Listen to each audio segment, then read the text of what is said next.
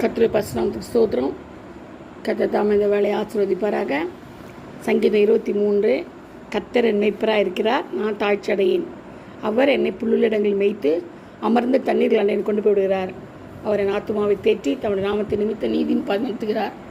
நான் மரண இருளின் பள்ளத்தாக்கில் நடந்தாலும் பொல்லாப்போக்க பயப்படேன். தேவரீர் என்னோடே கூட இருக்கிறீர். முதுகோலும் ஒரு தடியும் என்னை தேற்றும். இந்த வசனத்தின்படி நம்மளோட மரண கண்ணியாக இருந்தாலும் கர்த்தர் நம்ம இந்த மரண கண்ணிலிருந்து நம்ம காப்பாற்றுகிறார். அவர் நம்முடைய மேய்ப்பன்.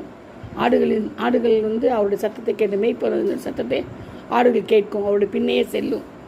அப்படியா? அது நம்ம நினைக்கிறோம் இல்லையா? கர்த்தர் தான் நம்மளுக்கு மேய்ப்பராக இருக்கார், நாம் அவரின் ஆடுகள். அது சத்தத்தை கேட்டு அவருக்கு பின் தொடர்ந்து செஞ்சோம்னா நம்மளுக்கு ஆசீர்வாதம் கிடைக்கும்.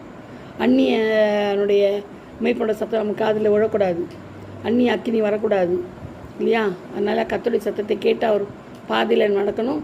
கர்த்தர்